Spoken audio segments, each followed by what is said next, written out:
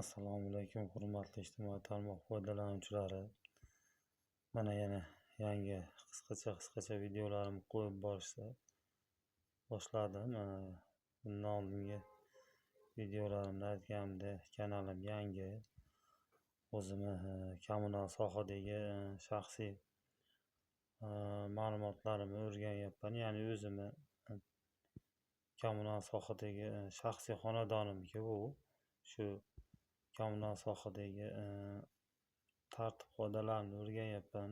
Bundan oldingi qilgan qisqacha videolarimda ham aytgandim. Mana shu tabiiy gazni xonadonimga tushirilgan tabiiy gazda shu kommunal sohadagi tartib-qoidalarni o'rganyapman deb bundan oldin ham qisqacha videolar qilgandim. Shu shartnoma daftarchasida bor punktlarni o'qisam uni ham bir aytaman degandim. Mana shu punktlardan yana biri bu yangi punkti. Bundan oldin ham jinday ozgina qisqa punktlardan ham o'qigandim, joylagandim video qilib. Bu endi hozir yangi bo'lim va punkt ekan. 4-bo'limida shartnoma daftarchasini o'sha 4-bo'limida tabiiy gaz yetkazib berish tartibi va uni qabul qilib olish tartibi to'g'risida ekan. 4-bo'limda endi bo'limni ichida ham qisqacha yana bo'linib ketgan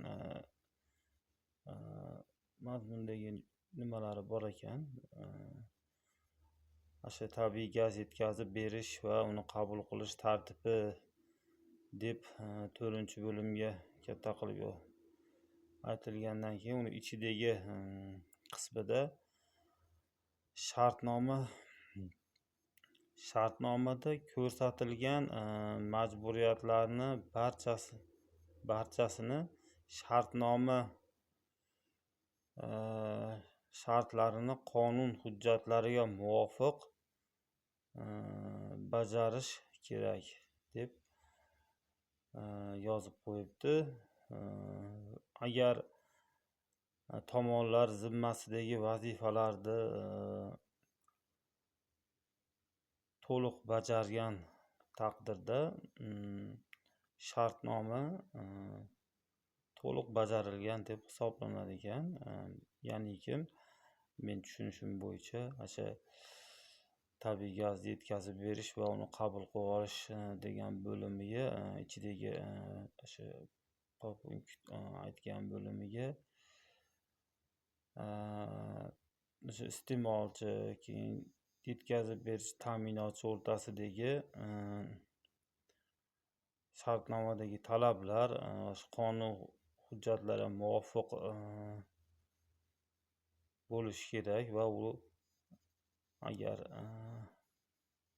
o'sha tomonlar o'z majburiyatlarini, o'sha zimmasidagi majburiyatlarini to'liq bajarganda yo ta'minotchi va iste'molchi ikkovi ham to'liq ta'minlaganda shartnoma shartlari to'liq bajarildi deb hisoblanar ekan. Undan chiqdi tushunganimki, o'sha ta'minotchi ham o'zini zimmasidagi vazifasini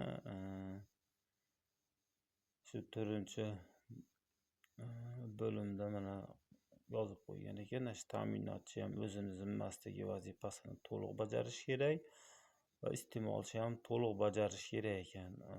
Men shu mana shu shartnoma shartlar degan nimalardan qisqacha o'qib bilganimcha o'zimni shaxsiy fayl papkamga yozib kompyuterdan chiqarib boryapman. Bundan oldingi videolarimda aytganimdek, bu o'zimni shaxsiy xonadonimga, o'zimga, birovniki emas.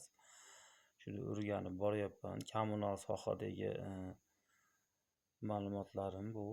Shuni o'rganib foydadan xoli bo'lmaydigan. Chunki mana oldin uncha e'tibor bilardimu, lekin mana O'sha polnik ichidagi hammasini mana punkt o'qib chiqyapman hozir. Mana bilib olganim foydadan xoli bo'lmadi, chunki bilib qo'yib kerakli qismlarini listga chiqarib, kompyuterdan chiqarib fayl papkangga solib qo'yyapman. O'zim uchun ham bilib olyapman, chunki to'liq mazmundagi, masalan, shartnomadagi shartlari ham juda ham ko'p. Ta'minotchi va iste'molchi tomonidan bajariladigan shartlar bor ekan.